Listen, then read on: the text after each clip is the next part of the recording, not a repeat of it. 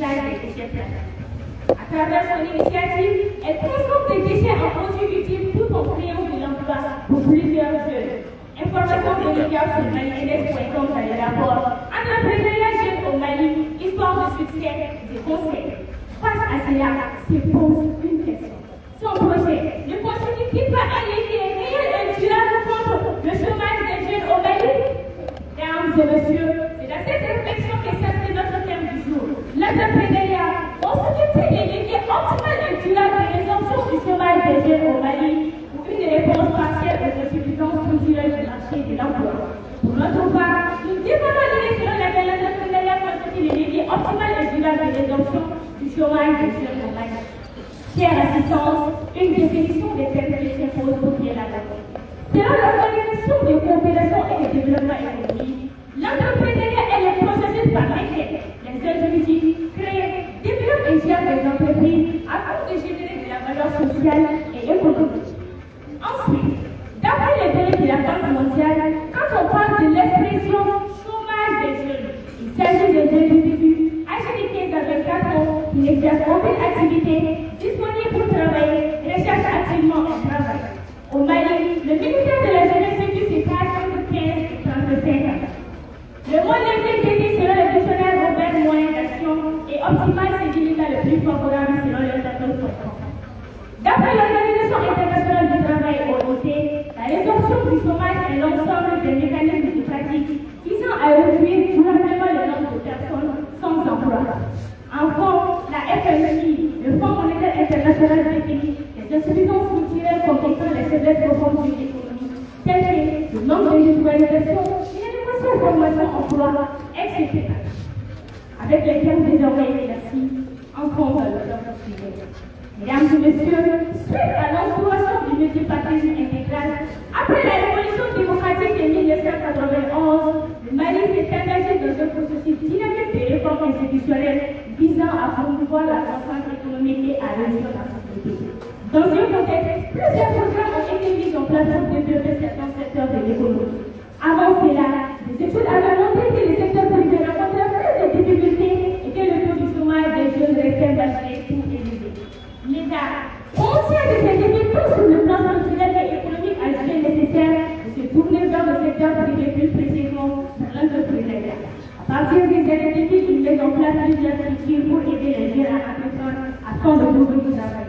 Parmi ces structures, on peut citer l'Agence nationale pour l'emploi de l'ANPE, l'Agence pour la promotion de l'emploi des jeunes APES, et j'en passe. Au but à sa vie. L'accès à un emploi salarié à l'emploi était considéré comme une réussite sociale. Les diplômes étaient les moyens de mesure pour y arriver et les secteurs les plus convoités étaient l'État et les ONG. Mais depuis plusieurs années, le chômage a cessé d'augmenter chez les jeunes surtout diplômés. Malheureusement, malgré les mesures prises face à la situation ne s'est pas améliorée. Face à cela, de nombreux jeunes prennent l'initiative de créer leurs propres activités pour s'insérer. Mesdames et messieurs, c'est l'entrepreneuriat. Ces informations sont vérifiables sur Open Edition dans les rapports parcours professionnel des jeunes au Mali dans l'auto-entrepreneuriat. Quant aux insuffisances culturelles, elles n'ont jamais cessé d'exister au Mali. En allant des instabilités politiques marquées par les coups d'État au déficit militaire persistant, sans oublier un manque de mutualisation et un déficit en infrastructure. Mesdames et messieurs, c'est pour nous un devoir, voire une obligation de défendre notre position sans ambiguïté, afin de rendre hommage à tous ces entrepreneurs présents dans cette salle qui, malgré tout, n'ont jamais cessé de croire. Pour la suite, ne vous inquiétez surtout pas, chers interlocuteurs. Nous sommes ici, maintenant, et tout de suite, instaurer un cabinet d'avocats, brièvement piloté par le jury imam du combat, assisté d'éliminant Youssef Mdia. Et, puisque l'occasion est ouverte, nous transformons instantanément cette salle en tribunal pour moi. Aïchata Sangare, étudiant de passage en troisième année de médecine, de siéger en tant que juge, afin de conduire soigneusement l'audience de nos chers contradicteurs. Je vous remercie.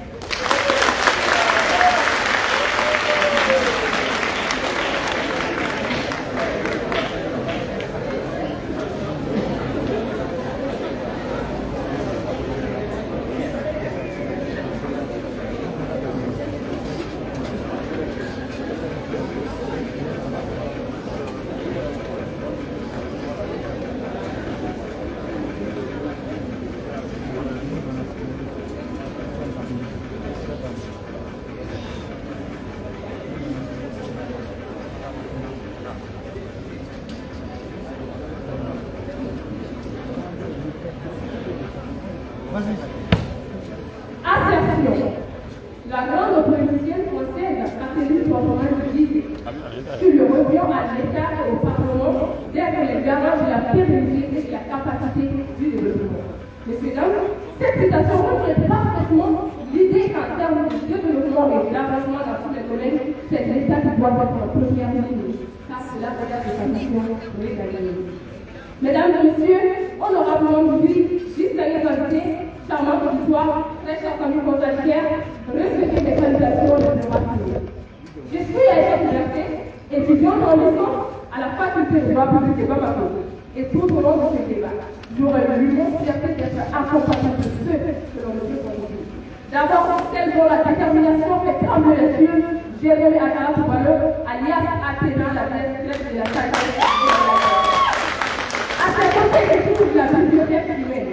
Oui, l'incarnation même de la stratégie de la recherche que j'ai voulu Sagale, alias le professeur, le président.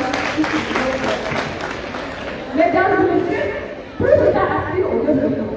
Et pour atteindre cet idéal, chaque État doit faire face à certains documents, notamment le chômage. C'est pourquoi le thème de l'interpellation que nous aujourd'hui est important à souligner. À savoir, l'entrepreneuriat constitue le levier optimal et durable de résorption du chômage de jeunes ou juste une réponse partielle aux enjeux structurels du marché de l'emploi. Mesdames et messieurs, afin que le client ne soit pas prouvé par les affirmations fallacieuses de notre intervention sanitaire, le grand entrepreneur congolais Christopher Mokuka, dans un article publié le 9 février 2026, disait que non, le but de l'entrepreneuriat n'est pas de créer des emplois. Et chers membres du juge, quant à la question de savoir si l'entrepreneuriat constitue un remède miracle contre le chômage des jeunes au Mali ou juste une solution par défaut, il est plus que clair que l'entrepreneuriat ne peut nullement être une solution face à un système défaillant depuis des années et des années. Car le problème du chômage au Mali est un mal bien profond qui ne pourrait être résolu grâce au secteur informel. Mais par les plus des responsabilités de l'État en étant lui.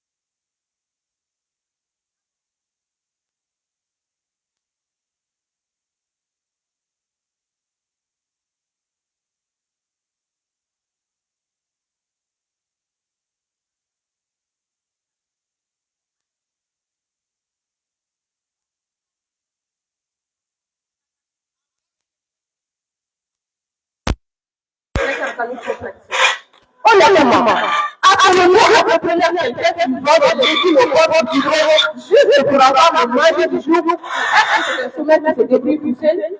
Enfin, comment que je dois? L'insécurité. Le problème du tableau et de l'espace permanent ne sont-ils pas des facteurs permanents qui handicapent toute initiative d'entrepreneuriat au Mali? Mais c'est dans cette question provocatrice en train de famille consacrée.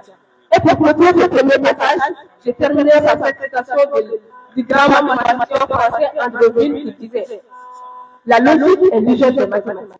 Alors, la science de la logique que nous avons compris tout au long de ce débat vous prouvera que les arguments ne sont que logique et raison. Sur ces, mesdames et messieurs, je vous remercie.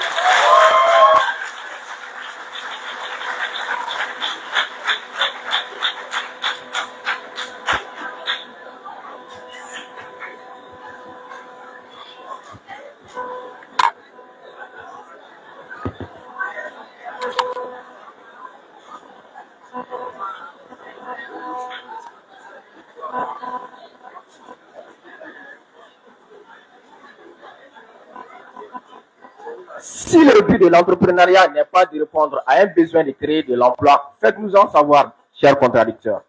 Voici une salle remplie d'étudiants brillants, diplômés de demain, pleins d'ambition et dire que dans 2 ans, une grande partie se retrouvera sans emploi. Le problème ne sera pas question de compétences dans vos domaines respectifs, mais le manque d'opportunités. Et c'est précisément là qu'intervient l'entrepreneuriat. La preuve, lorsqu'un entrepreneur crée une entreprise, il a besoin d'employés pour la gérer. Cela inclut des personnels administratifs, des professionnels du marketing, ainsi que des ingénieurs et des concepteurs. À mesure que l'entreprise se développe, le nombre d'employés nécessaires à son fonctionnement augmente également. Une entreprise, des milliers d'emplois. Le groupe AMI, une entreprise qui est créée en 1950, après 70 ans d'existence, comprend plus de 700 employés directs et plus de 1000 employés directs selon Croissance Afrique et continue toujours de fonctionner actuellement au Mali.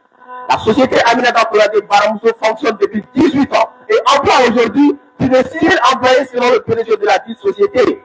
Orange Mali, du haut de ses 23 ans de fonction, emploie plus de 1000 salariés selon Entrepreneuriat d'innovation en Afrique. Mossadegh Bali avec le groupe Adalaï, ce ne sont pas seulement des hôtels qui sont créés, mais toute une chaîne d'emploi. Réceptionnistes, agents d'entretien, cuisiniers, fournisseurs, transporteurs. Une seule entreprise qui génère plus de 1000 emplois à travers uniquement ces hôtels à Bamako, et ce pendant 30 ans d'existence selon Force Afrique. Le complexe agro-industriel SDA, non moins ici, doublé à Toulouse, ancien international malien, notre capitaine disposait de plusieurs options pour investir ses ressources, mais il décida de manifester son patriotisme en choisissant l'entrepreneuriat. Et de ce complexe dès son inauguration, 400 emplois directs sont créés sur place, selon le journal officiel ORTM. Et en dépit des difficultés rencontrées au début avec nos producteurs locaux, un terrain d'entente fut trouvé pour vous prouver que malgré le vent et malgré sa durabilité reste une réalité. Togola Agro-Industrie, Diara Transport et bien d'autres géants que je ne serai mentionné pendant 3 petites minutes. Et pour terminer avec l'exemple spécial, limpide, précise et concise aux yeux de tous devant vous, quand je dis Dr Mohamed Sempara, vous verrez l'initiateur de l'école universitaire. Vous verrez l'ancien chercheur à la faculté des sciences économiques, mais nous voyons un acteur par excellence de résorption du chômage des jeunes au Mali, à travers son entreprise et à ses coutures, avec une dizaine d'employés à son actif. Au regard de tout cela, mesdames et messieurs, devant tous ces preuves ainsi énumérées telles les coûts d'une mitraillette semi-automatique, comment qualifier l'entrepreneuriat de réponse partielle aux insuffisances structurelles du marché de l'emploi? Je vous remercie.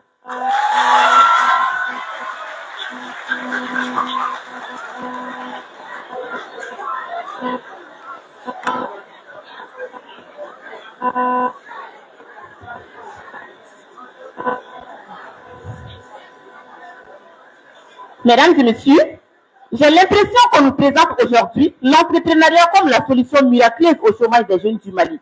Mais permettez-moi d'éveiller les consciences de nos très chers amis contradicteurs en leur posant juste 3 questions.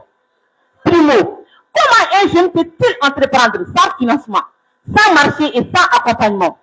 2. Acceptez-vous que la majorité des entreprises de jeunes soient fermées à moins de 3 ans? Est-ce que l'entrepreneuriat constitue une réponse de secours ou une réponse structurelle?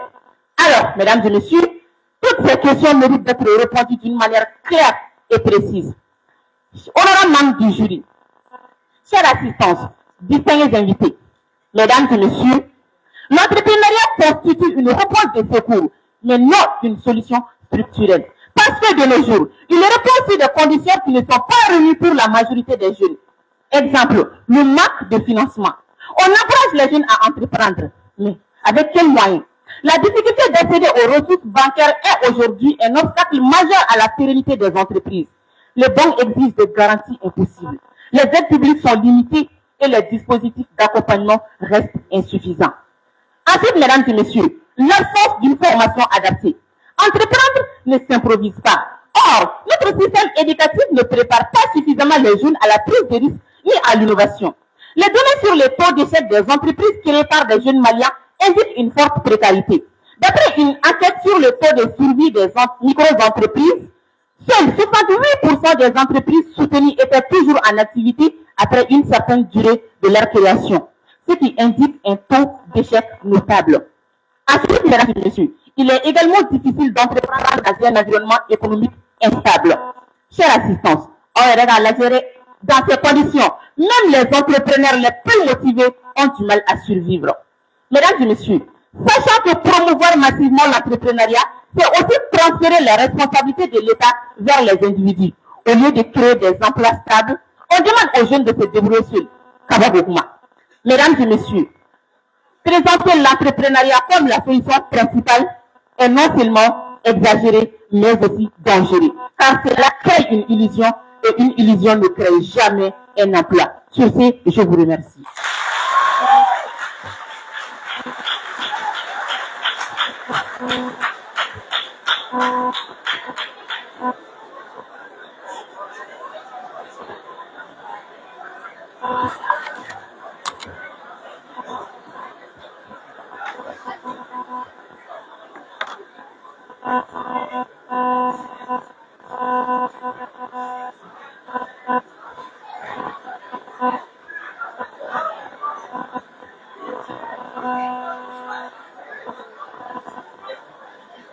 Chers contradicteurs, vous avez parlé du risque et de l'échec, mais laissez-moi vous dire que dans l'entrepreneuriat, l'échec n'est pas un problème. C'est un mécanisme d'apprentissage intégré au processus entrepreneurial même.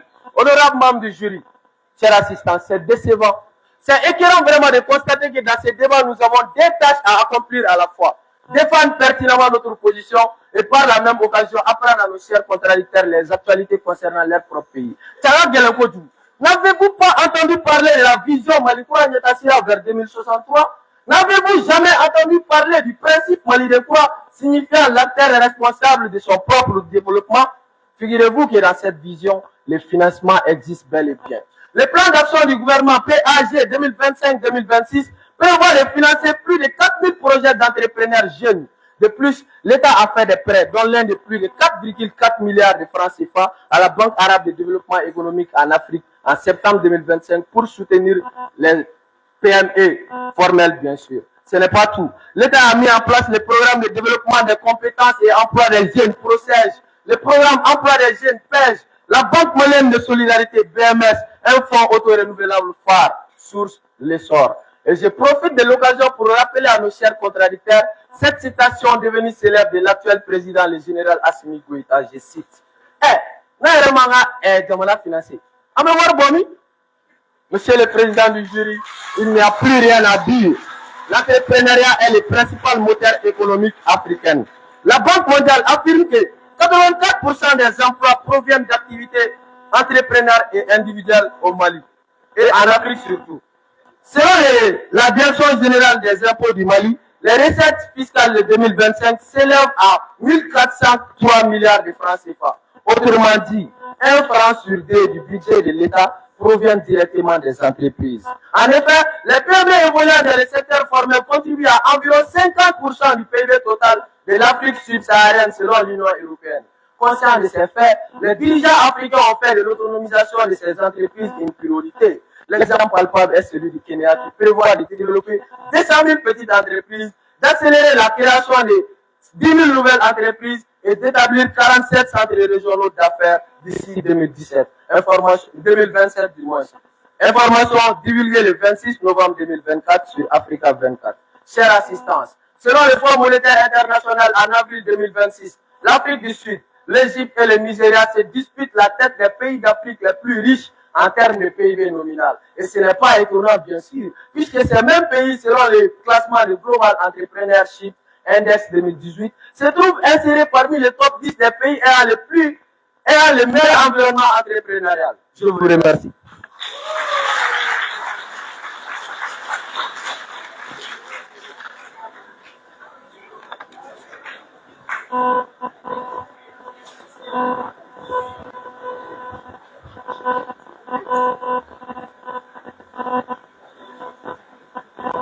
Le travail est loin de nous. 3 grands mots.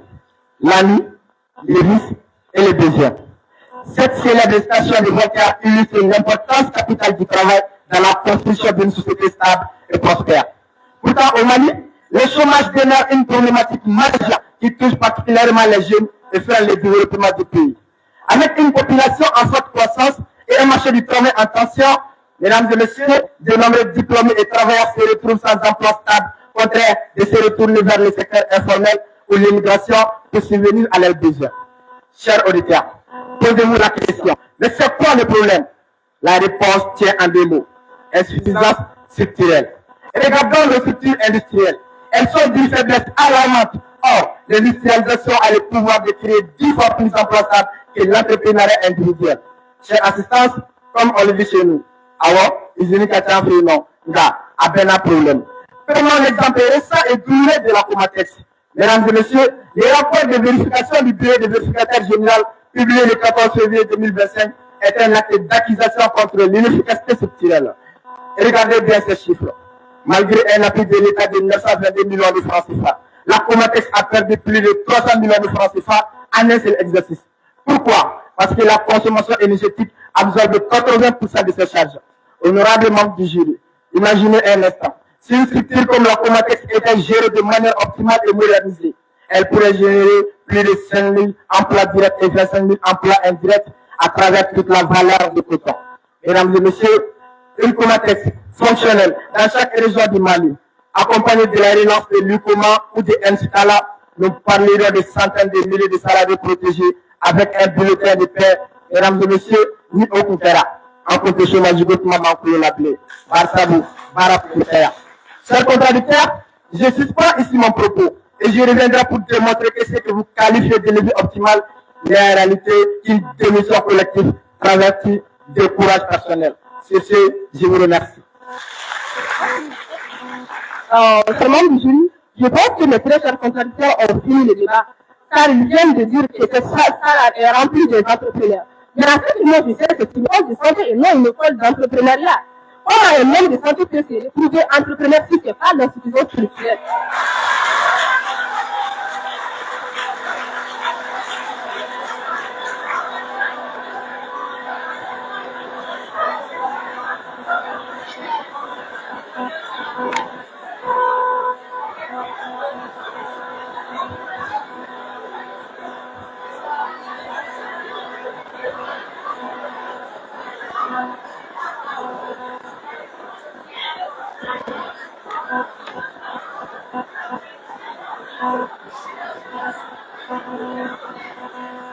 Je comprends parfaitement le très cher contradicteur, puisqu'ils ne sont pas d'abord sur le marché de l'emploi. Ils vivent toujours de la sphère de leurs parents. Comme le dit les Bamara, les salariés ont besoin d'entreprises et les entreprises naissent les entrepreneurs. Supprimez l'entrepreneuriat et vous verrez supprimer l'emploi. Honorable membre du jury, l'insuffisance structurelle repose sur trois réalités simples à savoir: le manque d'emploi formel, l'inadéquation formation d'emploi et la faiblesse économique. En effet, parmi toutes les solutions, qu'il s'agisse de l'industrialisation, des politiques publiques d'emploi ou de l'investissement étranger, l'entrepreneuriat demeure la solution la plus efficace et la priorité primaire. Faisons juste une comparaison simple. Selon les perspectives économiques en Afrique 2017, je cite, les stratégies d'industrialisation du XXIe siècle doivent se montrer innovantes et s'appuyer sur les atouts des 54 pays du continent. Il faut libérer le potentiel des entrepreneurs africains afin d'accélérer la transformation industrielle du continent. Fin de citation. Tout ceci montre une chose: l'entrepreneuriat est la condition sine qua non même de l'existence de l'industrialisation. D'autre part, les investisseurs étrangers, ils obéissent selon une règle simple en économie qu'on appelle la loi de l'agglomération. Les investisseurs vont là où il y a plus d'entreprises locales et une activité économique dynamique. Fonction publique comptait. Selon les données de la Banque mondiale 2010-2019, pendant plus de 9 ans, elle n'a créé que seulement 5,2% des emplois formels du Mali. Ces chiffres, vous pouvez la vérifier dans l'édition spéciale du document de World Bank.org sur la figure 4 à la page 8. Contradicteur. C'est antécédent de la fonction publique dans ça. Le taux de chômage montre qu'elle ne peut même pas absorber la moitié des jeunes affluents. Même les fonctionnaires, même ceux qui sont retraités, continuent d'entreprendre de côté. Allons dans le domaine de la santé. Selon la publication du 31 octobre 2025 du ministère du Travail, de la fonction publique et du dialogue social, seulement 3 infirmiers, 3 sages-femmes, 3 biologistes et 5 médecins généralistes ont été recrutés. Pourtant, chaque année, des centaines de diplômés par promotion dans chaque filière médicale arrivent sur le marché de l'emploi. Fruit même de ce système, mesdames et messieurs, nous pouvons vous garantir que sans le secteur privé, Sans les cliniques privées, sans l'entrepreneuriat médical, il n'y aura pas de porte de sortie pour ces victimes du système. De plus, le secteur privé de l'éducation est une preuve vivante que l'entrepreneuriat crée de l'emploi là où l'État est limité. Prenons l'exemple sur l'université MTG. Savez-vous combien d'emplois génère-t-elle en passant par les enseignants, administrateurs, agents de sécurité, de transport et indirectement la restauration et l'imprimerie? Sans le privé, comment feront ces derniers pour s'en sortir? À nous la question, à vous la réponse. Et le comble dans tout ça, qu'on peut entreprendre dans tous les domaines socio-économiques. Une question, cher contradicteur. Avez-vous d'autres moyens de nous faire sortir du chômage et de l'insuffisance économique, hormis l'entrepreneuriat? Sinon, il serait préférable pour vous de garder le silence lorsque votre silence est plus élégant que vos mots.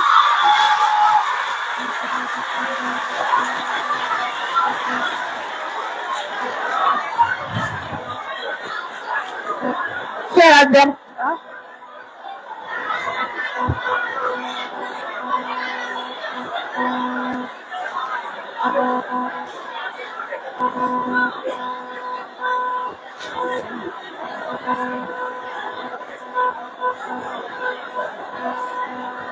toujours, cher contradicteur.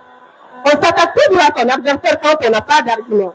Et mieux ce qu'on nous apprenne à la faculté de droit public, je l'ai dit et je le redis toujours, c'est de plus loin prendre son adversaire avec respect, parce qu'ici on est contre des positions et non contre des personnes. Et chers membres du jury, heureusement qu'on a des jurys conscients, parce que je sens que nos adversaires défendent notre position. Nous sommes de la même position.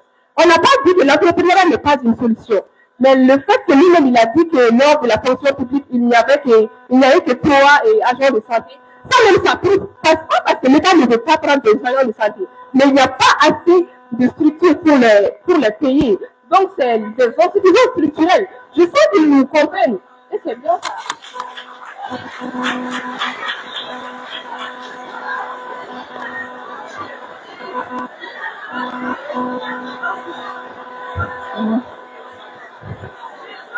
Mesdames et messieurs, permettez-moi de faire un petit parallèle à l'endroit de nos chers amis étudiants en médecine. Vous ne prescrivez jamais un médicament sans diagnostiquer la maladie. Ici, le diagnostic est très clair, car le problème du Mali est structurel. Et pourtant, vous proposez un traitement unique qui est l'entrepreneuriat. C'est comme guérir la folie avec du simple paracétamol. Ça soigne peut-être, mais ça ne soigne pas. Honorable membre du jury, regardons l'écosystème qui encadre l'emploi. L'Agence nationale pour l'emploi et l'Agence pour la promotion de l'emploi des jeunes font un travail immense, certes, mais soyons honnêtes, car leurs résultats restent dérisoires face à des centaines de milliers de jeunes demandeurs d'emploi chaque année. Alors, mesdames et messieurs, sachant bien que ces structures peinent déjà à insérer les jeunes, comment l'entrepreneuriat plus risqué, plus coûteux et plus incertain pourrait-il être optimal? Ensuite, mesdames et messieurs, chers membres du jury, ajoutons à cela un autre handicap national, le déficit d'infrastructure. Comment une entreprise peut-elle être durable dans un pays où l'électricité s'interrompt 8 heures par jour? La crise de l'énergie du Mali fait perdre aux petites entreprises jusqu'à 60% de leur temps productif. Ce n'est plus de la créativité de jeunes, mesdames et messieurs, mais de la survie. Ensuite, mesdames et messieurs, passons maintenant aux obstacles administratifs. Il faut parfois des années pour prendre le système du droit au WADA. Il faut parfois des semaines pour obtenir un simple document et des mois pour régler un litige commercial. Mesdames et messieurs, distingués invités. Ensuite, chers assistants, il y a des barrières invisibles comme le changement climatique. Ces phénomènes détruisent nos cultures. Ils fragilisent notre agro-industrie en réduisant les marges des jeunes transformateurs. Le manque de formation en gestion et en gouvernance fait exploser les entreprises en 3 à 2 ans. Chers assistants, mesdames et messieurs, distingués invités, chers assistants, nous le disons et redisons, l'entrepreneuriat peut être une partie de la solution. Je vous remercie.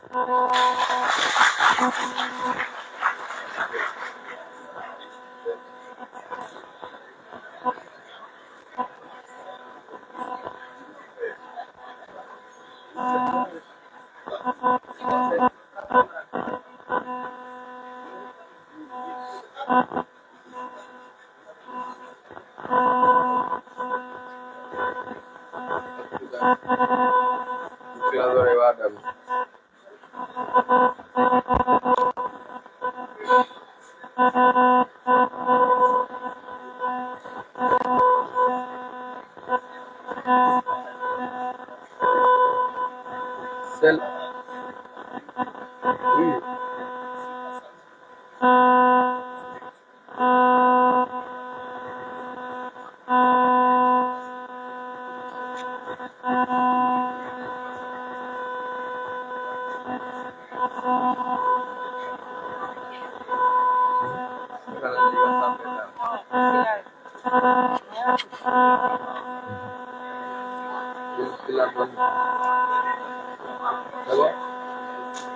Chers contradicteurs, le fait même que l'État ne puisse pas recruter tout le monde est une preuve que nous devons nous pencher vers l'entrepreneuriat. De plus, nous n'avons pas dit que c'est la seule solution, mais c'est la solution la plus efficace. Le problème avec nos contradicteurs est qu'ils ne veulent pas prendre les risques. Ils veulent l'argent du père et le père à la fois. Autrement, il faut prendre des risques en tant que jeune. Le contradicteur semble s'éloigner du cœur du sujet.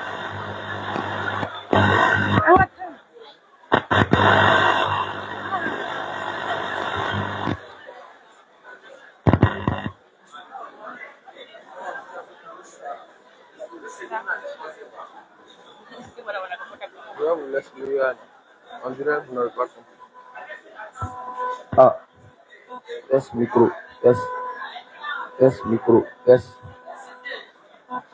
C'est bon? Ok.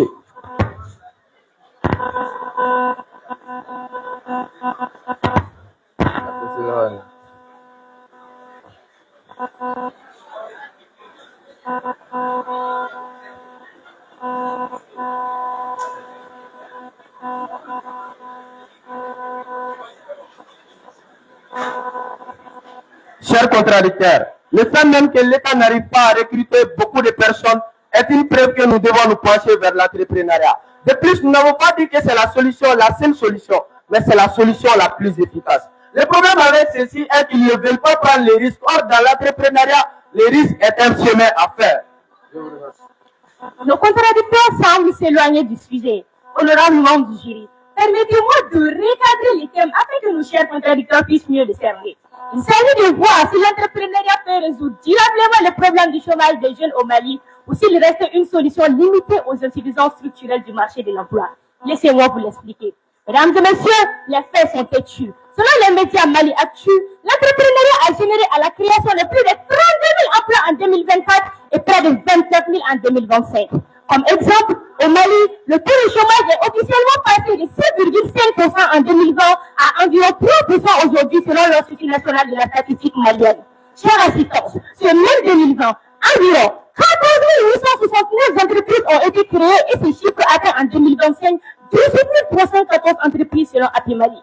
Monsieur le président du jury, ce n'est pas un hasard. En mathématiques, cela s'appelle la proportionnalité inverse. Plus on crée des entreprises, plus on crée de l'opportunité, moins il y a de chômeurs. Si l'entrepreneuriat n'est qu'une réponse partielle ou limitée, chers contradicteurs, venez nous expliquer par quel miracle ces milliers de nouvelles entreprises réussissent là où bizarrement vos théories échouent. Monsieur le président du jury, il faut les reconnaître. Les entrepreneurs sont responsables de la création d'emplois directement et indirectement. Maintenant, la question se retrouve au niveau du mot durable, puisque le thème cherche à savoir si l'entrepreneuriat résout durablement le problème du chômage des jeunes au Mali. Mesdames et messieurs, selon les mérites de l'entrepreneuriat national, de l'emploi et de la formation professionnelle, dans la vision, Malikoura l'État Sirarabé, sans base là, Biorani Savama, tenez-vous bien. L'État malien intègre l'entrepreneuriat comme axe stratégique de développement durable et de souveraineté économique. Chers contradicteurs, pensez-vous vraiment que l'État malien ferait une erreur de calcul sur 40 ans?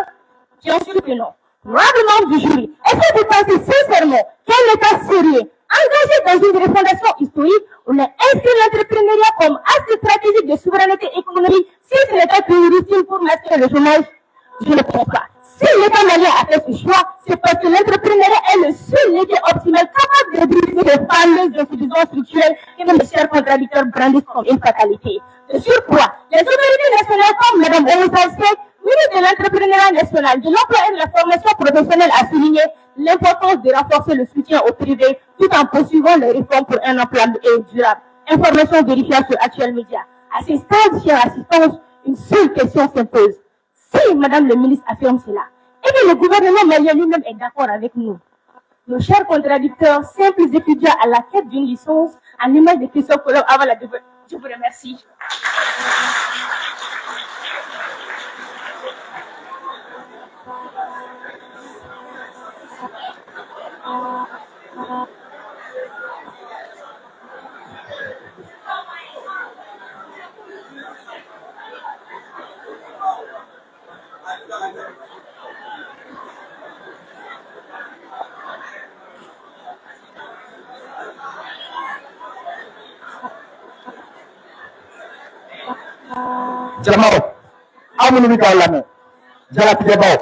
Honorable membre du jury, lors de mon premier passage, je vous ai démontré à travers l'exemple de l'industrie malienne que si nos structures n'étaient pas si défaillantes, nous n'aurions même pas besoin de débattre pour savoir si l'entrepreneuriat est un levier optimal. Il existe pourtant tant d'autres structures qui ont pour mission d'être le véritable rempart contre le chômage de la jeunesse malienne. Je pense au fonds d'appui à la formation professionnelle et à l'apprentissage, à l'agence pour la promotion de l'emploi des jeunes ou encore à l'agence nationale pour l'emploi. Nous ne disons pas que ces structures ne travaillent pas. Elles font de leur mieux avec les moyens dont elles disposent. Mais, chère assistance, la réalité brutale du chômage au Mali nous prouve que l'entrepreneuriat ne peut être qu'une solution partielle face à l'insuffisance criante de ces structures. Mesdames et messieurs, à présent, je me retourne vers mes contradicteurs et je leur pose une simple question. Une question dont tous les Mali se posent aujourd'hui. Si réellement, l'entrepreneuriat est ce milieu optimal que vous nous vendez, pourquoi, après des décennies de promotion, des forums, des discours sur le start-up, le chômage des jeunes au Mali continue-t-il de grandir? Honorable membre du jury, mesdames et messieurs, après avoir écouté les silences ou les hésitations de nos contradicteurs face à ma question, laissez-moi vous affronter à une réalité mathématique implacable, la croissance démographique. Chaque année, au Mali, nos universités et nos centres de formation rejettent sur le marché de l'emploi environ 300 000 à 500 000 nouveaux diplômés. Source, rapport national sur rapport national du développement humain et projection de l'instant. Regardez ces chiffres. 500 000 jeunes qui aspirent à une dignité. Est-ce que tous ces 500 000 peuvent tous devenir entrepreneurs? La réponse est un non catégorique. Parce que l'entrepreneuriat dans le coalition actuelle ne peut être qu'une solution partielle. Peut-être 10 000 ou 20 000 réussiront à lancer une activité. Mais qui sont les 480 000 restants? C'est pourquoi je me retourne une dernière fois vers nos contradicteurs. Je vous appelle à la raison. Revoyez votre position. En disant que l'entrepreneuriat est un levier optimal, c'est de donner une excuse à l'État de ne pas réparer nos structures. Rejoignez-nous plutôt pour dire, dénoncer, dire à l'État d'encourager et reconstruire nos structures. C'est à ce prix. Et à ce seul prix que nous pouvons faire le chômage des jeunes au Mali et l'histoire du passé. Sur ce, mesdames et messieurs, distingués invités, honorables membres du jury, à nous faire appeler Madeleine, je vous remercie.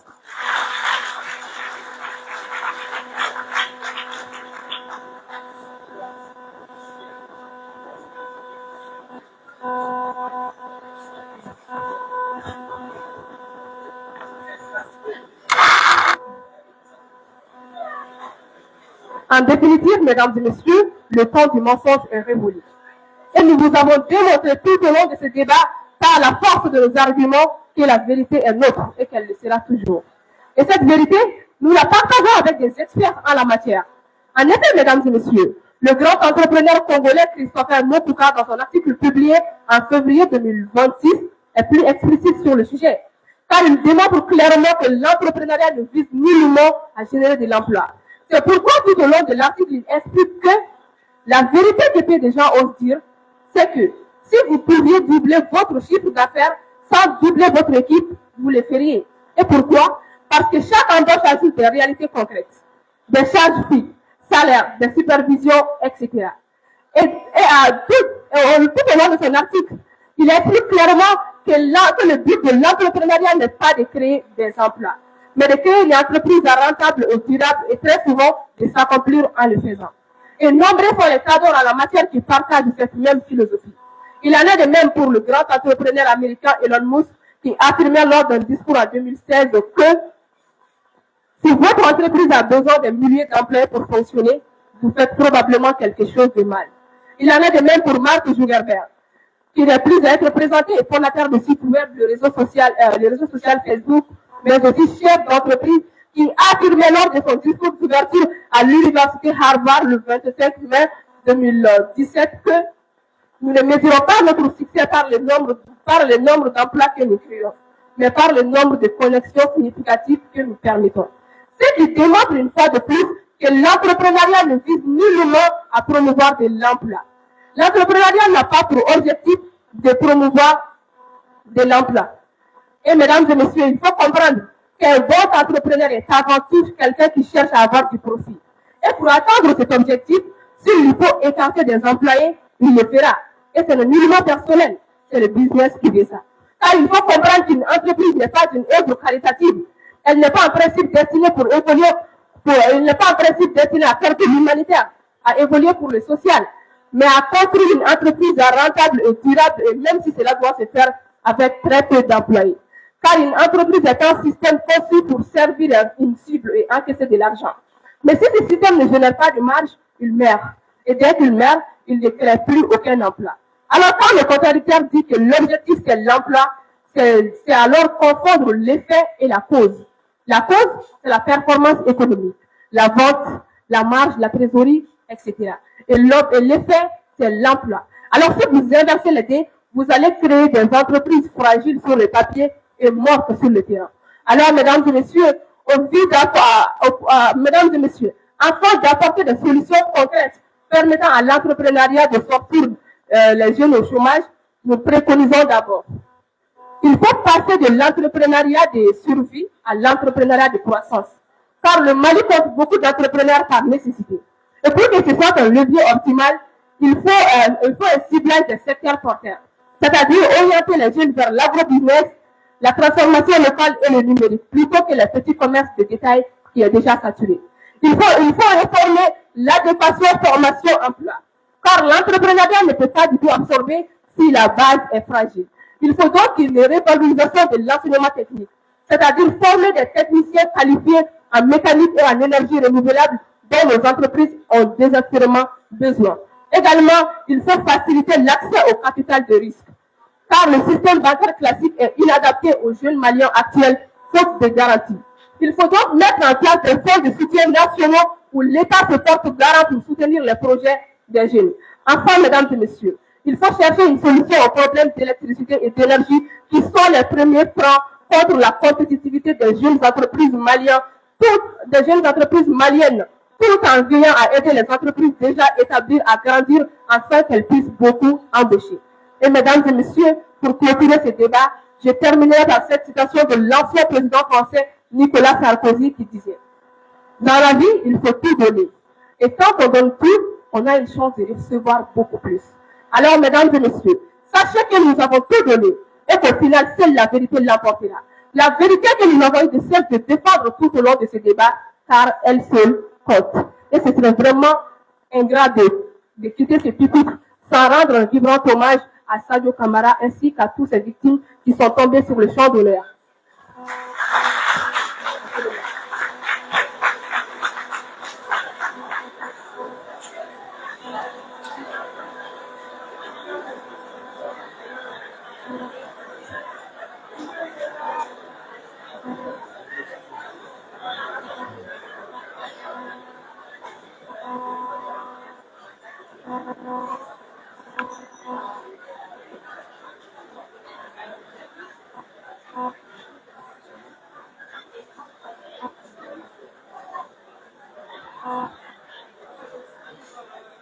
Honorables membres du jury, nos chers contradicteurs avaient pour tâche de défendre, clamer, certifier que l'entrepreneuriat constitue une réponse partielle aux insuffisances structurelles du marché de l'emploi. Et personne ici dans cette salle ne peut contredire les faits qui contredisent leur position. J'ai l'impression que vous n'avez pas prêté attention à l'intervention de ma capitaine qui a donné des statistiques, sinon vous aurez su que le taux de chômage est en baisse. On a donné le chiffre 40 566 emplois publics créés selon le ministère de l'Emploi et de la formation professionnelle comme une victoire sur le chômage. Mais regardons la réalité en face. Ce chiffre n'est qu'un écran de fumée. La grande majorité de ces emplois sont dans l'armée et la sécurité, soit 24 000 recrutés selon le plan d'action gouvernemental. C'est un recrutement de nécessité lié au contexte actuel du pays, pas un recrutement de développement économique. L'État ne pourra pas recruter 24 000 corps habillés chaque année indéfiniment au risque de faire faillite. Et ce chiffre 40 566 inclut des milliers de stagiaires de l'APS Mali et des contractuels temporaires. Ce sont des emplois d'attente de 6 à 12 mois. Ce n'est pas une solution au chômage, c'est un calmant social. Il faut lui prendre 1 gramme 3 fois par jour. L'État ne créera pas de richesse en 2025, il gérera une urgence. Or, on ne peut pas une économie nationale uniquement avec des fusions et des contrats de stage de 12 mois. Ainsi, vous quittons les 48 766 à 824 postes sûrs à pourvoir dans la fonction publique. Et souvenez-vous de ce chiffre glacial, 824 postes pour 43 104 candidats selon le ministère du Travail et de la fonction publique. Cela signifie que pour chaque jeune qui décroche un matricule, 50 autres restent pour les carreaux, l'espoir brisé. Attendre un emploi de l'État, c'est jouer à la loterie avec son avenir. C'est ici que l'entrepreneuriat s'impose comme levier optimal et durable. Là où l'État distribue notre budget, l'entrepreneur lui crée la vie sur pain. L'entrepreneuriat est le seul modèle qui n'a pas le plafond budgétaire. Un jeune qui lance sa ferme à Badinina ou son cabinet à Bamako ne demande pas une part du gâteau national. Il prépare un nouveau gâteau. Il transforme son talent en valeur et demain, il embauchera ceux que l'État a rejetés. Plus il y a d'entreprises, plus le nombre d'employés durables crève, plus la richesse augmente. De nos jours, les jeunes dans le numérique, le e-commerce, la transformation locale crée des activités là où aucun poste n'était prévu. Tant qu'une entreprise innove en améliorant ses produits, en s'adaptant aux besoins et en trouvant de nouvelles opportunités, elle reste pertinente. Et c'est précisément cette capacité d'adaptation qui garantit sa durabilité dans le temps. Dans le système classique, le jeune est dans une logique d'attente, il cherche du travail. Il cherche du travail jusqu'à la fin. Chercher du travail devient automatiquement son travail. Or, dans un contexte où les capacités d'intégration sont limitées, cette logique devient insuffisante. L'entrepreneuriat renverse totalement ce chemin, car il transforme un demandeur d'emploi en créateur d'emploi. Et si nous voulons vraiment être cohérents avec cette réalité, pas juste en parler, il faut agir. Il faut intégrer dans les universités et grandes écoles des modules orientés vers la création d'entreprises et de projets concrets afin de préparer les jeunes à l'action et non seulement à la théorie. Faciliter l'accès au financement aux jeunes entrepreneurs en mettant en place des mécanismes de crédit adaptés pour permettre aux jeunes de concrétiser leurs idées. Développer l'accompagnement et le mentorat entrepreneurial en créant des structures d'encadrement pour aider les jeunes à stabiliser et faire évoluer leurs projets. Et enfin, valoriser les entreprises nationales et encourager les citoyens à construire le Made in Mali afin de renforcer les entreprises nationales et assurer la durabilité des emplois créés. Mais, comme on a l'habitude de le dire au sein de nos deux facultés, en l'occurrence à la FMOSFAF, la parole n'est que la parole, la puissance réside dans l'action. Soit on continue de défendre un modèle limité, s'appuyer, défendre des contraintes structurelles, soit on accepte la réalité. L'entrepreneuriat constitue le levier optimal et durable de résorption du chômage des jeunes au Mali. Il est optimal parce qu'il n'a pas de plafond budgétaire. Il est durable parce qu'il s'adapte à toutes les crises. Ainsi, la vraie position responsable est de reconnaître qu'aucune stratégie sérieuse de lutte contre le chômage ne peut s'en passer. Et c'est dans cette logique que nous, équipe de la FMOSFAF, futurs médecins que nous sommes, dans notre souci de devenir aussi ce acteur de résorption du chômage des jeunes au Mali, à la fin de notre formation, envisageons de mettre en place la polyclinique médicale qui favorisera l'emploi du médecin généraliste, de l'anesthésiste réanimateur, du neurochirurgien et des infirmiers d'État et techniciens biologiques issus de cette magnifique auditoire. Et pour nos chers contradicteurs, les premières consultations seront 100% gratuites. Je vous remercie.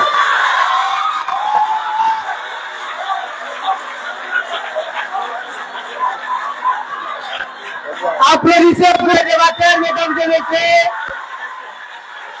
Applaudissez encore avec plus d'énergie, mesdames et messieurs.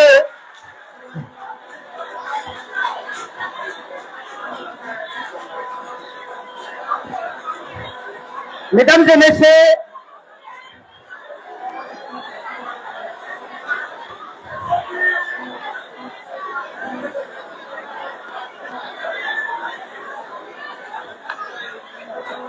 mesdames et messieurs, moins de bruit s'il vous plaît, nous allons continuer avec le deuxième thème. Moins de bruit s'il vous plaît, mesdames et messieurs. On va rapidement continuer avec le deuxième thème. Mais bien avant, permettez-moi encore une fois de plus de féliciter les officiels pour leur présence. Nous avons cité quelques noms, mais j'avoue que ce n'est pas encore fini, mesdames et messieurs. Ce n'est pas encore fini. Alors gardons l'énergie, mesdames et messieurs, pour applaudir nos officiels. Il s'agit d'une grande dame très engagée, Madame Baoumou Nomogo, responsable, filière bloc opératoire, que je vous demande d'acclamer, mesdames et messieurs. À son côté, nous avons M. Ibrahima Djagite, chef de département des techniques médicaux et chirurgicales, que je vous demande d'acclamer, mesdames et messieurs. Il est également accompagné, mesdames et messieurs, M. Abdrahman Di Alfaka Sissé, que je vous demande d'acclamer, mesdames et messieurs. Et ce n'est pas tout, mesdames et messieurs. Nous avons la présence des docteurs David Jara, chef de département. Et je vous demande d'acclamer, mesdames et messieurs. Ce n'est pas tout. Gardez encore le merci, mesdames et messieurs. Nous avons la présence du docteur Jean-Marc Tchama Koulibaly. Tchama, je suis désolé. Nous avons la présence du docteur Jean-Marc Tchama, chef de département de l'administration de la santé, que je vous demande d'acclamer, mesdames et messieurs. À son côté, nous avons M. Souleymane Sidibé, responsable de Dontostomatologie, que je vous demande d'acclamer, mesdames et messieurs. Et nous avons également la présence du docteur Adjaratou Sanogo, responsable de la filière pédiatrie au DSS, que je vous demande d'acclamer. Sans plus tarder, nous allons continuer avec le deuxième thème intitulé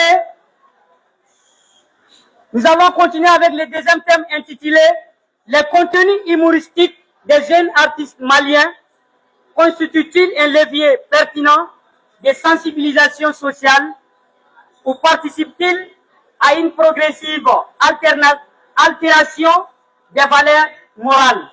Mesdames, Messieurs, pour ce débat, nous avon l'équipe de la faculté des sciences économiques et de gestion de Bamako et l'équipe de l'Institut des sciences appliquées, ISPAC, que je vous demande d'acclamer pour ces deux équipes. Vous êtes pour ou contre? Vous êtes contre?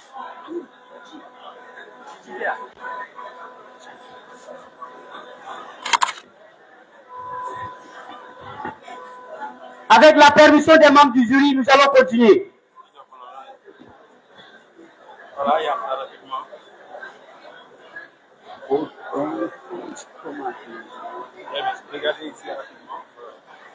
À bonne chance.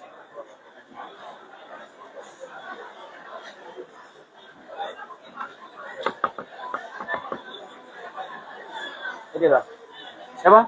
Canaway? Ok. Bon sens.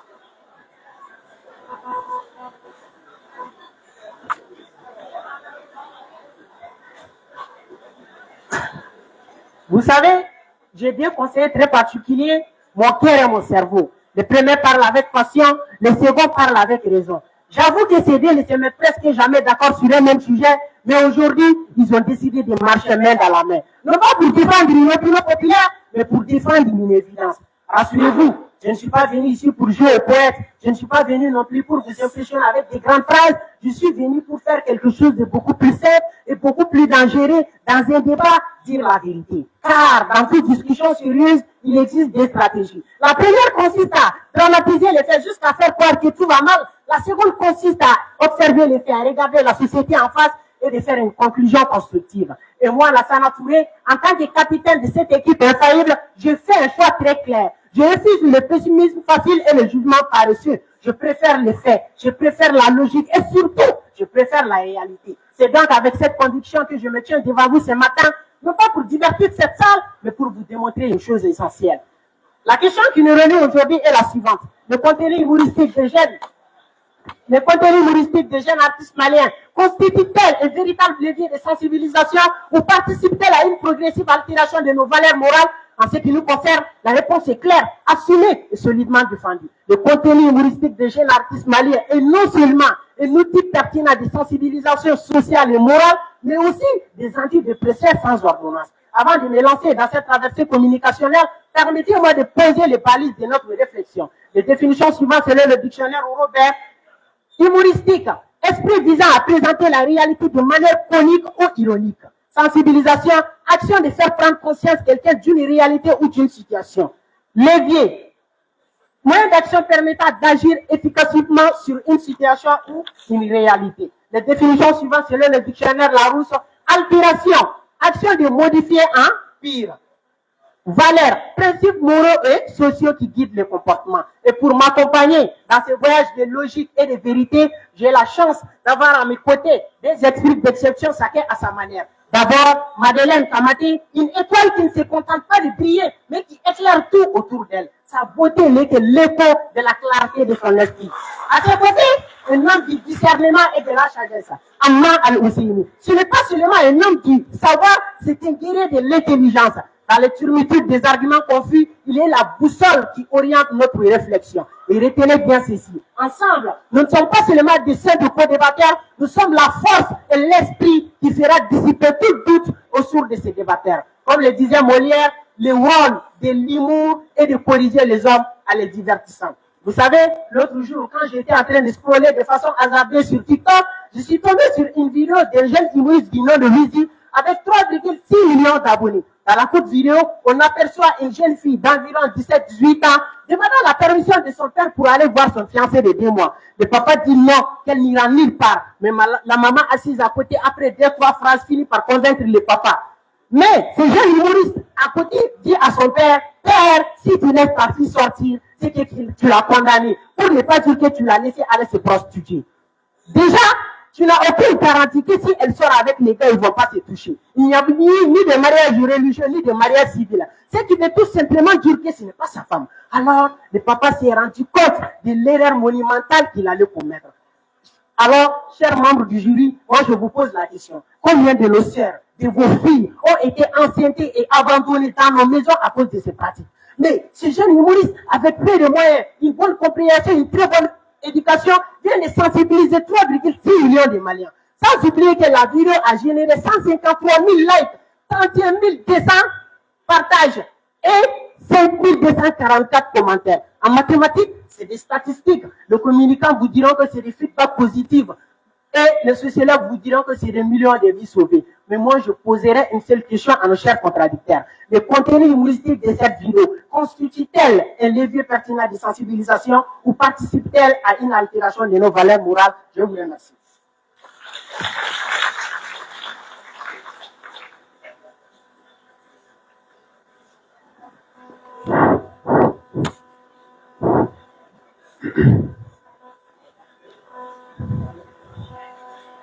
Face à l'idée séduisante que l'humour serait un remède social, je convoque la sagesse d'Amadou Ampateba qui nous rappelle à faire contradicter.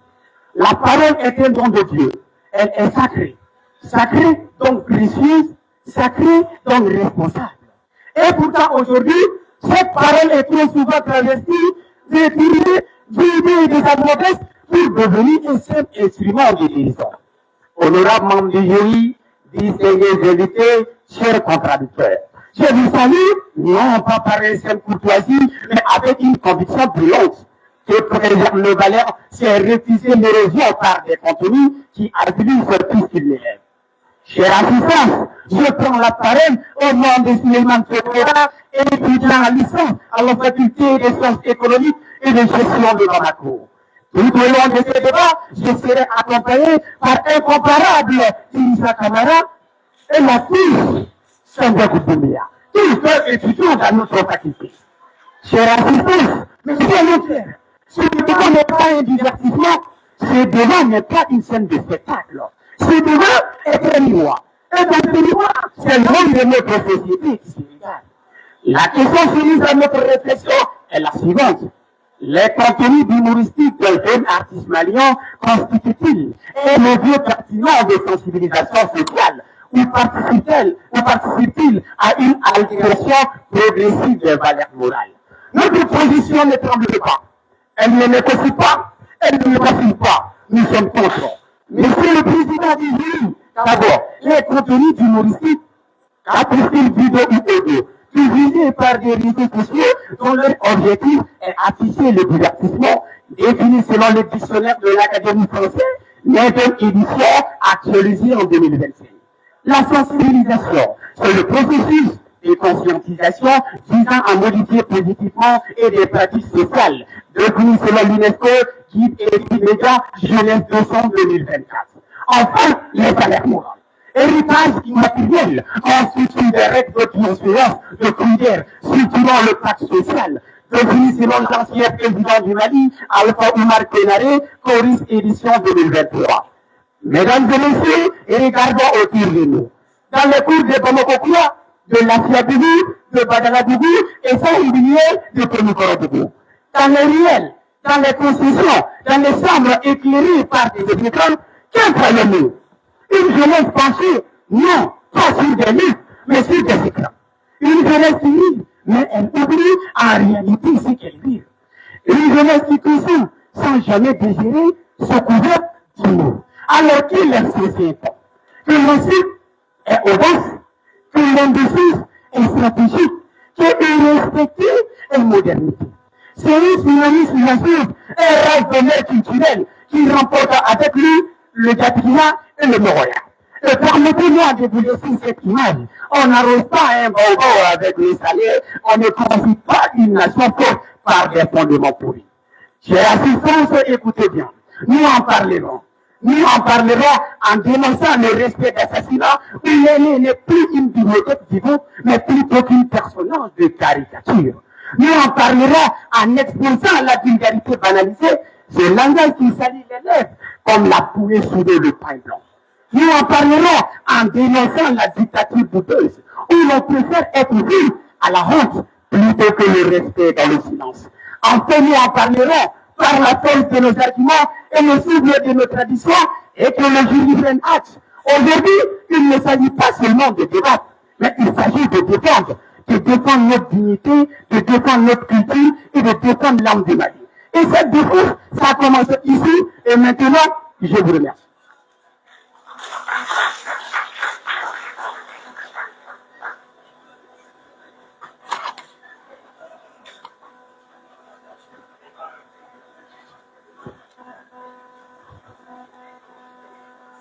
Selon le grand écrivain Massa Makan Diabaté, je cite, le griot est le sac à parole, mais l'humoriste est le sac à vérité. Fin de citation. Mesdames et messieurs, qui aime qu'on lui fasse la morale de force? Personne, je dis bien personne. On préfère plutôt qu'on nous explique gentiment les choses dans la joie et dans la bonne humeur. Le proverbe ne nous dit-il pas que l'humour est la citade de sécurité de la cohésion sociale? De nos jours, où 78% des internautes maliens sont sur les réseaux sociaux, les contenus humoristiques de nos jeunes et braves artistes sont devenus synonymes d'apprentissage. Oui, on retient mieux une leçon quand elle nous fait rire. Selon le chercheur en psychologie expérimentale Stéphane R. Smith, le rire augmente la probabilité de se souvenir d'un élément de 15 à 20%. Les jeunes artistes nous font rire. Et pendant que nous avons la bouche bien ouverte, ils y glissent une vérité. Oui, la vérité la même que personne ne veut dire. Prenons un exemple sur une de nos sœurs, Massi. Avec une communauté de plus de 500 000 abonnés sur TikTok, à travers des vidéos humoristiques, elle donne des conseils sur l'éducation, sur le comportement et sensibilise même sur les dangers de la cigarette. Mesdames et messieurs, selon le rapport annuel UNICEF Mali 2024, 3,3 millions d'enfants et de jeunes sont hors du système scolaire. Pour tous ces enfants qui ne lisent pas les rapports, pour tous ces enfants qui ne s'attaquent pas devant des longs discours, des contenus humoristiques de nos jeunes artistes, en bambara, en pelle, en tamashek et dans toutes nos autres langues nationales sont devenus leurs principales sources d'information et de sensibilisation. Alors, chers contradicteurs, comment comptez-vous sensibiliser plus de 3 millions de jeunes qui n'ont jamais été à l'école si vous interdisez le seul moyen de communication oral et visuel qu'ils comprennent réellement? Mesdames et messieurs, si le contenu humoristique de nos jeunes artistes altérait réellement nos valeurs morales, comme nos chers contradicteurs veulent vous le faire croire, alors comment expliquer que les Nations Unies investissent des millions pour recruter ces mêmes artistes pour les sensibilisations? Selon le rapport Initiative Spotlight 2021 au Mali, la mobilisation de 5000 artistes et leaders d'opinion ont permis d'arracher 755 jeunes filles au mariage forcé. Mesdames et messieurs, 755 jeunes filles. Chers contradicteurs, êtes-vous seulement capable de nous citer une seule campagne de sensibilisation qui a pu sauver 755 jeunes filles au Mali en un an avec autant d'efficacité que nos jeunes artistes? Et dites-nous, allez-vous dire aux experts des Nations Unies qu'ils se trompent en finançant ces artistes alors que les résultats sont là sur le terrain et quantifiables? Je vous remercie.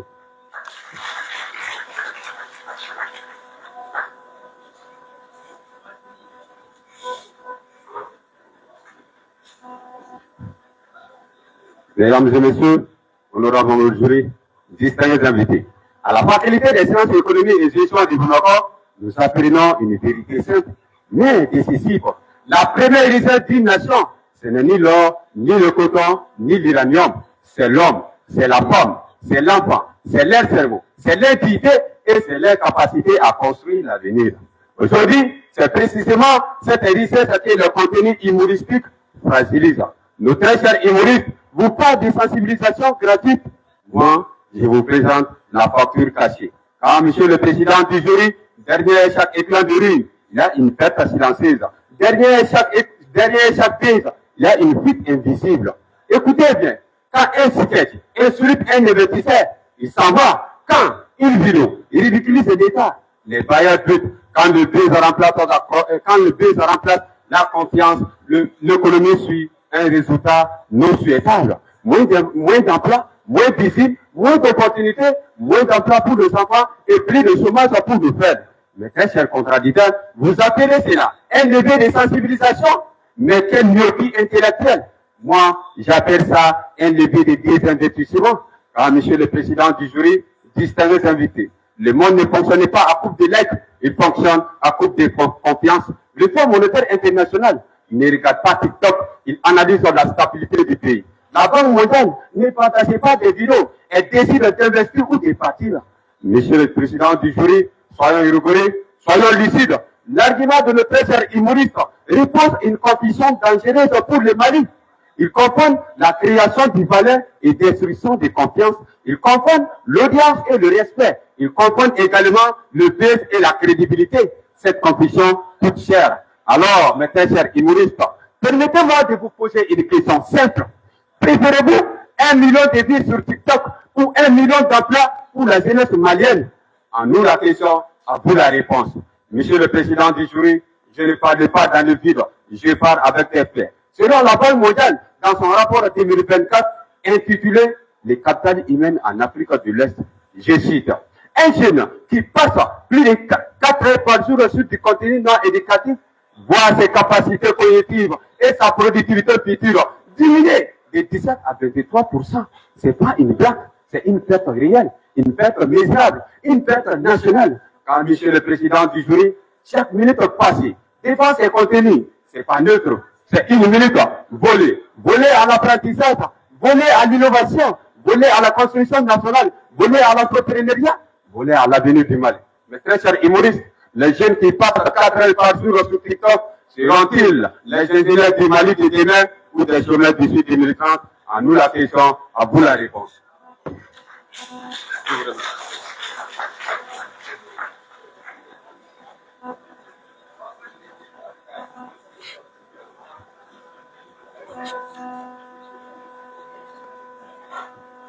Tous les jours, nos téléphones vibrent. Sketch d'ATT Junior, parodie de Manilo ou punchline de Hiro Le Pape.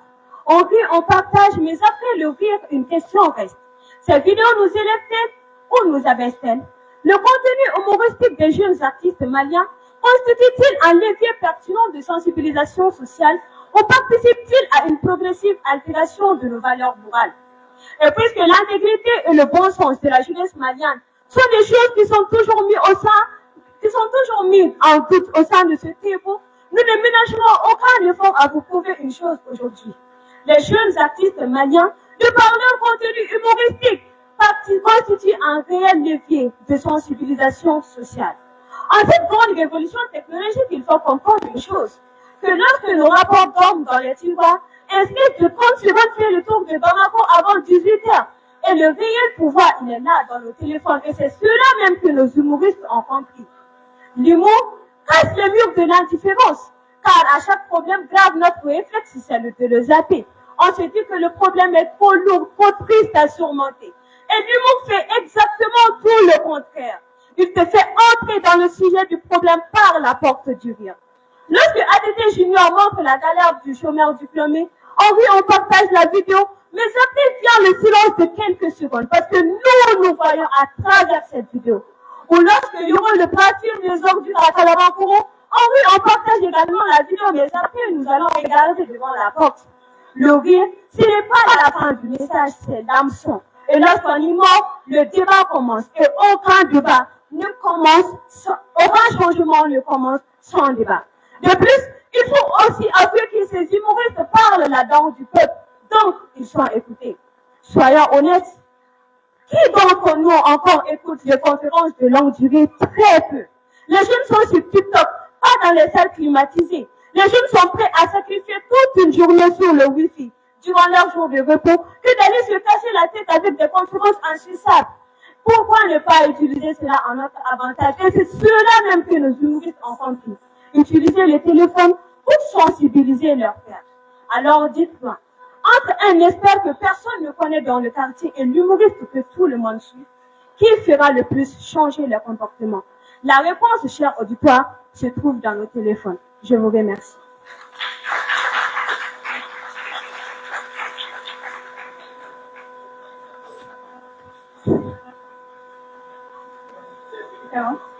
Mesdames et messieurs, honorables membres du jury, chers assistants, j'ai écouté avec attention et courage les arguments avancés par mes chers contradicteurs, qui nous expliquent avec beaucoup de sérieux que la vulgarité est une école.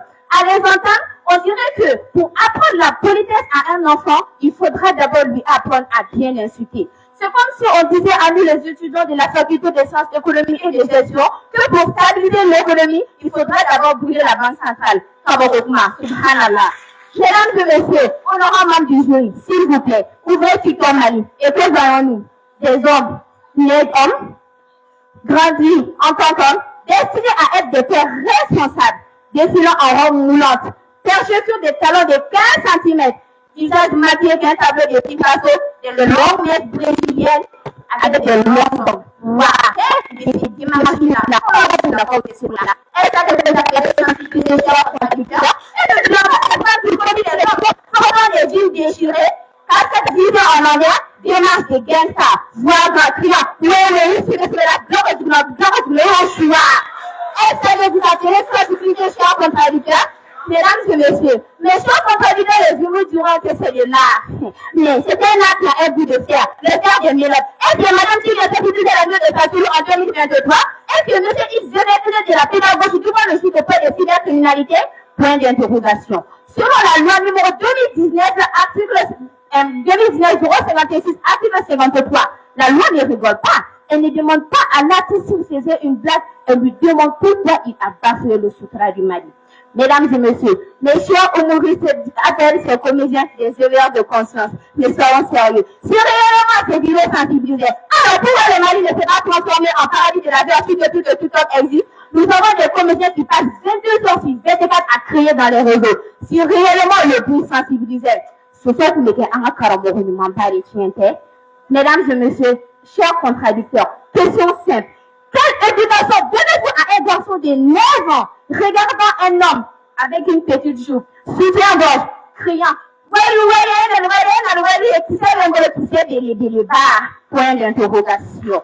Mesdames et messieurs, ces artistes ne cherchent pas à ouvrir nos esprits, mais ils cherchent à ouvrir nos portefeuilles et à remplir leur compte TikTok. Chers contradicteurs, je crois que vous devez revisiter votre formule mathématique, car réellement le résultat laisse à désirer. Je vous remercie.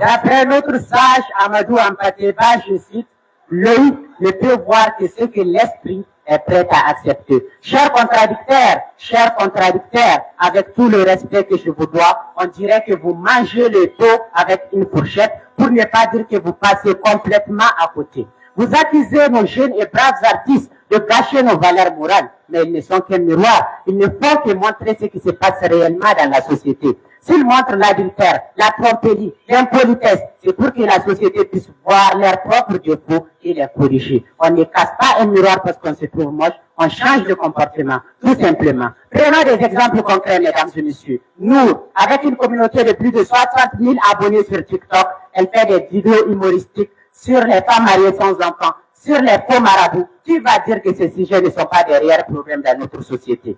Dans une de ces vidéos humoristiques, elle appelle même toute la communauté de Tombouctou à sortir nettoyer les rues. Mesdames et messieurs, Emakan Diabaté, avec une communauté de plus de 600 000 abonnés sur TikTok et ses très célèbres sketchs sur le mariage et la polygamie. Et Kanté, qui ne connaît pas Kanté ici, avec une communauté de plus de 2 millions d'abonnés. On connaît tous Kanté ici et ses très célèbres sketchs toujours axés sur les problèmes même de notre société, comme son très célèbre sketch Noyé qui traite du problème même de la location. Mesdames et messieurs, ces jeunes artistes touchent et sensibilisent chaque jour des millions de personnes. Mesdames et messieurs, en Afrique, on dit que quand un vieillard meurt, c'est une bibliothèque qui brûle. Aujourd'hui, ce sont nos jeunes artistes qui sont les gardiens de cette bibliothèque orale. Selon Cheikh Anta Diop, chaque génération doit, dans une relative opacité, découvrir sa mission, la trahir ou la remplir. Et celle de nos jeunes artistes est de faire vivre la morale malienne sur l'écran de nos smartphones. Alors, mesdames et messieurs, est-ce trahir nos valeurs morales que de dénoncer la corruption par l'ironie? Non, c'est la remplir. Est-ce trahir nos ancêtres que d'utiliser TikTok pour enseigner le civisme dans la joie et dans la bonne humeur à ceux qui ne lisent plus? Non, c'est la remplir. Alors, chers contradicteurs, si nos ancêtres eux-mêmes utilisaient les comptes pour éduquer, pourquoi refusez-vous que notre génération utilise TikTok, utilise le numérique et l'humour pour remplir exactement la même fonction? Je vous remercie.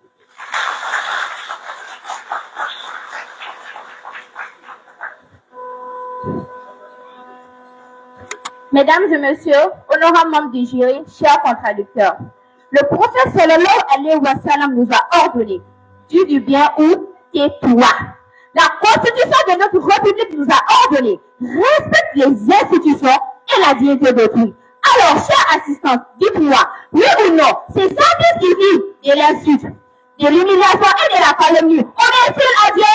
Non. Obéissent-ils à la République? Non. Ils désobéissent à Dieu, ils désobéissent à la République. Voilà l'intégration progressive et culturelle. Mesdames et messieurs, la charte de Kourougan proclamée en 1236 après la bataille de Kirina est notre constitution ancestrale. Son article est ne commet pas de mépris envers les autorités. Son article 4 respecte la dignité de la femme. Et son article 16 que nul ne ridiculise l'autre en public. Mais ces humoristes par leur traversissement et leur insulte aux aînés violent trois articles fondateurs de l'État malingué. Mesdames et messieurs, honorables membres du jury, TikTok aujourd'hui, chaos total. Nous voyons comment ces humoristes banalisent la religion ainsi que le jeûne pendant le mois sacré de Ramadan en mettant en scène des faux imams, inventant des fausses prières ainsi que des fausses histoires sur la nourriture. Je cite Allahumma zukuna wa burani shefa amin wa buruni yani shefa wa makoroni amin wa makoroni yani wa couscous amin. Oh Allah, accepte nos prières sur la bouffe. Est-ce que vous appelez sensibiliser? Est-ce normal? La pudeur. Où est la pudeur? Le prophète Jésus dit la pudeur fait partie de la foi. Hadith de Boukhari. Mais où est cette pudeur quand des jeunes filles portent des vêtements de nuit en plein jour, juste pour des vidéos comiques? Est-ce normal? Et encore, ces humoristes qui font des vidéos sales avec des enfants de 8 ans, juste pour du rire.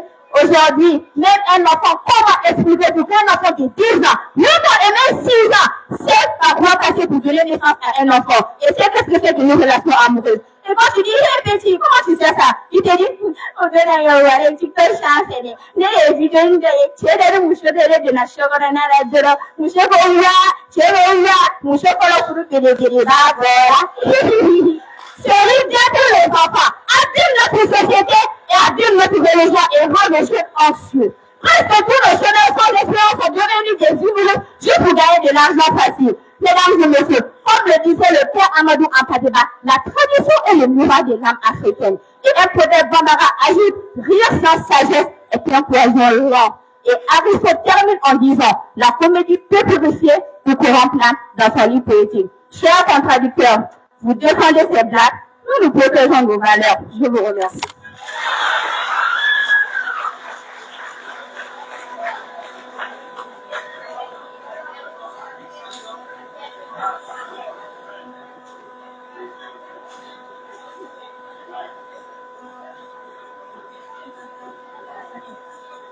On nous dit que l'humour rigole avec des sujets graves, que ça manque de respect. Et nous répondons ici que le manque de respect, c'est le silence. Le manque de respect, c'est de laisser l'insalubrité, la circoncision et tous les problèmes de la société qui vont avec détruire en silence. Nos humoristes ne vivent pas de nos victimes, mais ils vivent du problème, du système qui crée les victimes, afin de désarmer le problème de tout crainte qu'il y avait été considéré. Et à la question de savoir pourquoi les humoristes se moquent de la victime, sachez qu'un humoriste ne se moque pas de la victime. mais il se moque plutôt du problème. Et si un homme se transvertit son message juste pour le buzz, il brouille les repères et c'est là qu'est votre inquiétude. Le risque est réel, on vous l'accorde. Mais un humoriste, c'est celui-là qui transforme le rire en message. En riant ainsi du problème, cher contradicteur, le problème est allégé. Et alléger un problème, c'est le moyen par excellence de pouvoir lui trouver une résolution. Et alors, à la question de savoir pourquoi les hommes s'habillent en femmes ou les femmes en hommes, que ceux-là crient, se maquillent, exagèrent, qu'ils ne sont pas sérieux, nous répondons aisément que le fait que les hommes s'habillent en femmes n'est pas une chose nouvelle dans la culture malienne. Cela s'appelle le côté bas et c'est cela même que nos anciens utilisaient pour corriger les failles de la société.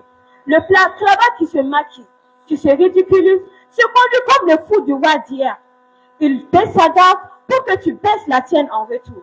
Car se ridiculiser, c'est la technique la plus ancienne pour pouvoir critiquer sans se faire couper la tête. Car il faut avouer que le respect ne se mesure pas à l'applaudissement des ministres, mais à l'impact que a le message sur la société. Alors dites-moi, quand Clara fait un sketch de 30 secondes sur les sachets plastiques et que le lendemain le jeune du quartier organise un ramassage, qui a été ridicule? Lui ou ceux qui regardent sans avoir agi? Chers contradicteurs, chers membres du jury, sûrement pas l'humoriste. Je vous remercie.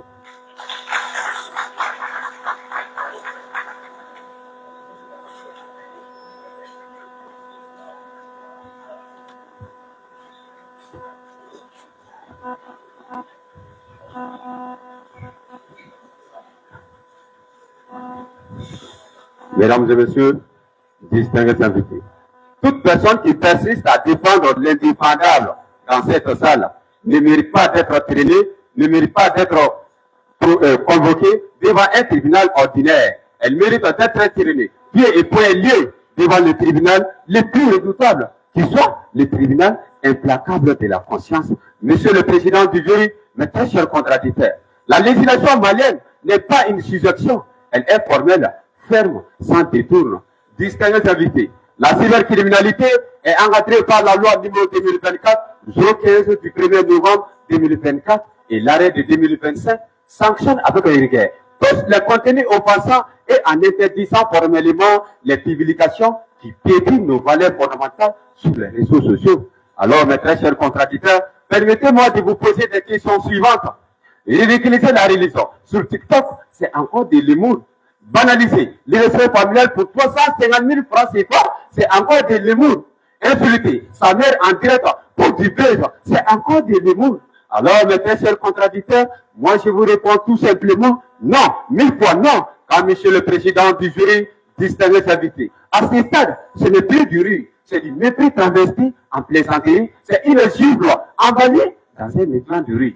Mesdames et messieurs, distingués invités, mes très chers contradicteurs, vous dites, ces vidéos rigolantes sensibilisent le Mali. Moi, je vous réponds, la loi malienne dit le contraire. La loi ne rit pas, elle punit. La loi du 11 décembre 2019 et l'article 21, insulter quelqu'un sur Internet, c'est de 6 à 24 mois de prison, 1 à 10 millions de francs CFA. Mesdames et messieurs, l'article 147 du code pénal malien, toute insulte publique, même déguisée en plaque, c'est 1 à 5 ans de prison. Mais très chers contradicteurs, vous attendez, même déguisé en plaisanterie. Mesdames et messieurs, distingués invités, si ces vidéos sont vraiment de la sensibilisation, pourquoi leur artiste finit-il menotté? Parce que ce n'est pas une sensibilisation. Prenons un exemple concret. En 2025, Mariamba et Pigini, elles ont cru que leur insulte filmée était de l'humour. Résultat, interpellés, jugés, sanctionnés. Mesdames et messieurs, distingués invités, on peut s'amuser le peuple avec des mensonges, on ne s'amuse jamais la loi avec des insultes. Je vous remercie.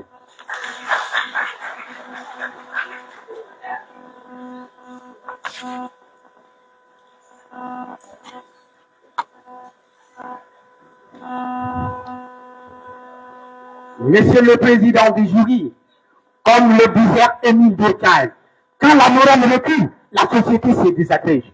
Aujourd'hui, ce recul n'est plus accidentel. Il est organisé, scénarisé, modernisé sous forme de divertissement. Les seuls contradicteurs deviennent une illusion dangereuse, celle d'une société qui prétend se guérir en conservant ce qui la détruit. C'est comme vouloir éteindre un incendie avec du pétrole, sous prétexte que la liquide étouffe les flammes. Mais ce qu'il alimente en réalité, ce n'est pas de l'espoir, c'est la description.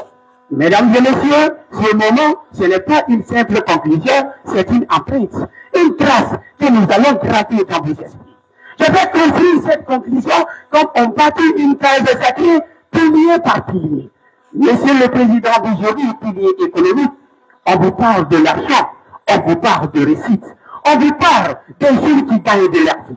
Mais je vous pose une petite question. À quel prix pour la nation? C'est vrai, génère des millions de francs CFA, mais en réalité, cet argent ne finance rien.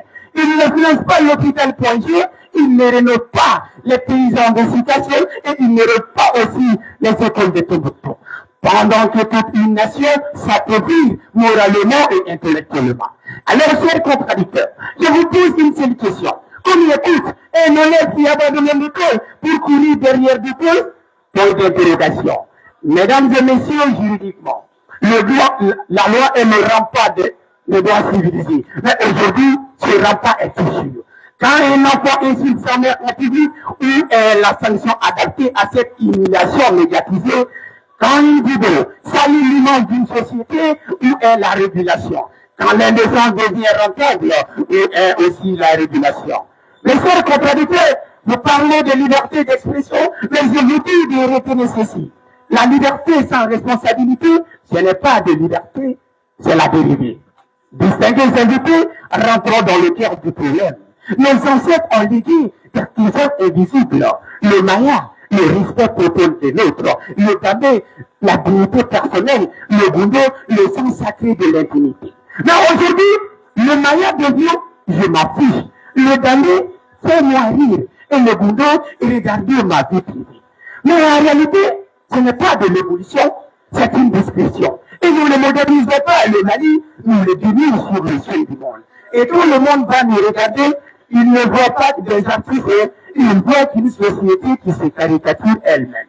Distingués invités, mesdames et messieurs, au-delà des lois humaines, il y a des lois universelles. Que l'on soit musulman, chrétien ou attaché aux traditions, nous partageons les mêmes bases.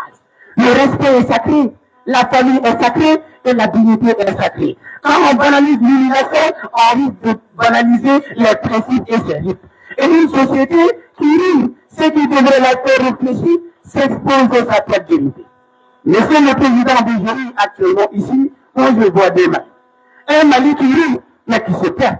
Un Mali qui divertit, mais qui se fondre. Un autre Mali. Un Mali qui élève par l'humour, un Mali qui éduque sans humiliation, un Mali qui divertit sans détruire. Lequel voulez-nous? Parce que dénoncer ne suffit pas, mais il faut proposer. Voici notre chemin clair, responsable et réaliste. Encadrer les contenus numériques et renforcer des lois existantes contre de l'injure et de la vulgarité des contenus dégradants. Créer une charte nationale et l'humour responsable qui guide nos créateurs vers un numéro qui inspire et qui respecte. Et ensuite, formons les jeunes ateliers de formation en éthique et en communication. Et ensuite, sensibiliser les familles, les écoles à apprendre les jeunes à consommer le contenu à l'esprit critique. Sur ce, je vous remercie.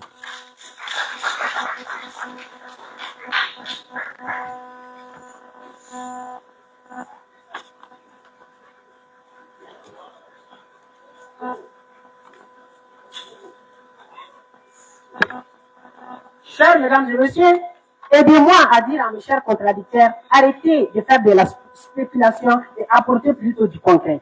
Et chères demoiselles, s'il vous plaît, faites la différence entre l'effet négatif des réseaux sociaux et l'effet négatif de l'humour. Et chères mesdames encore, désolé de briser vos rêves, lorsque vous disiez Allahumma rizquna agurun beri, désolé de vous dire que ça c'est pas des humoristes, mais c'est plutôt un sketch organisé dans le centre coranique à Touba par les élèves de l'école coranique lors de la remise de leur attestation pour aider Dr Sidi Touré. Pour ceux qui connaissent Sidi Touré, c'est le monsieur qui traduit le film Youssouf en Bambara. Ça, c'était pour imiter Sidi Touré et non l'œuvre des humoristes. Et aussi, charmant public, aidez-moi à remercier ce monsieur qui vient de classer Mariamba et Bikini à titre posthume, je dirais, des humoristes. Depuis quand l'artiste Mariamba et Bikini sont des humoristes? Navré.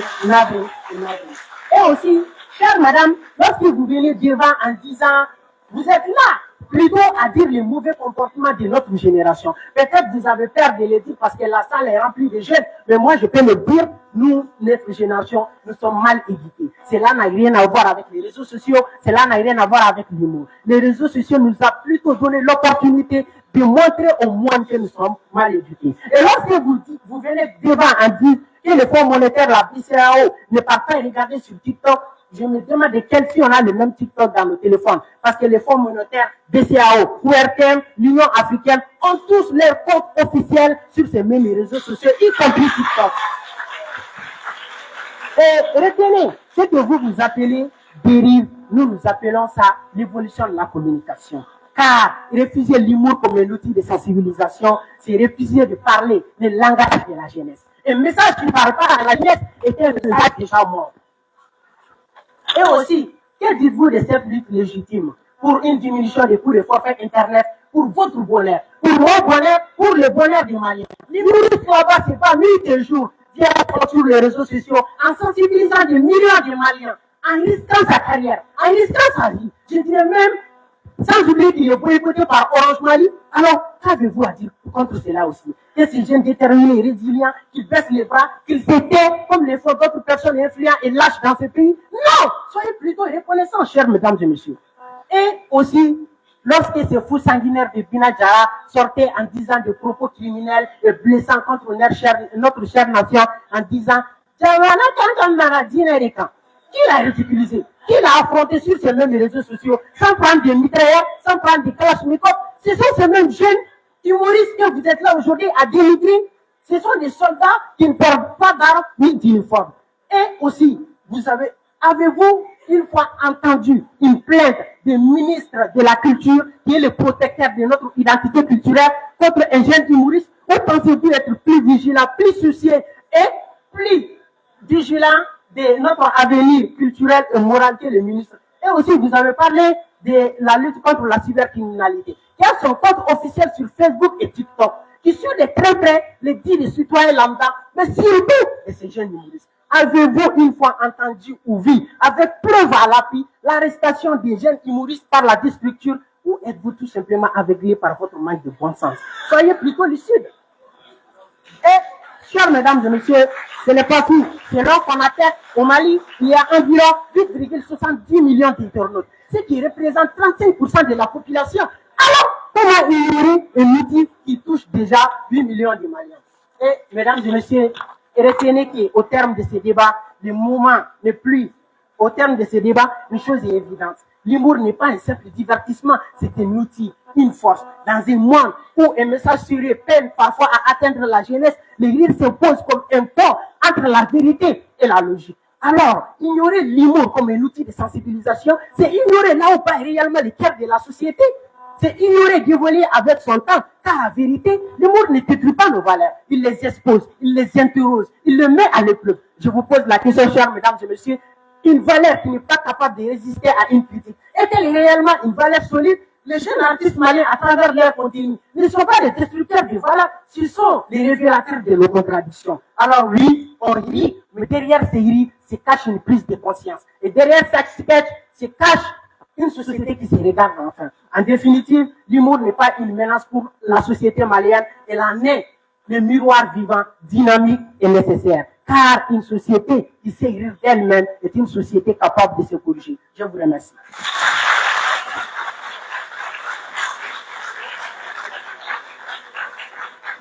Un tonnerre d'applaudissements pour les débatteurs. Que la meilleure équipe gagne. Nous demandons aux membres du jury de se retirer pour la proclamation du résultat.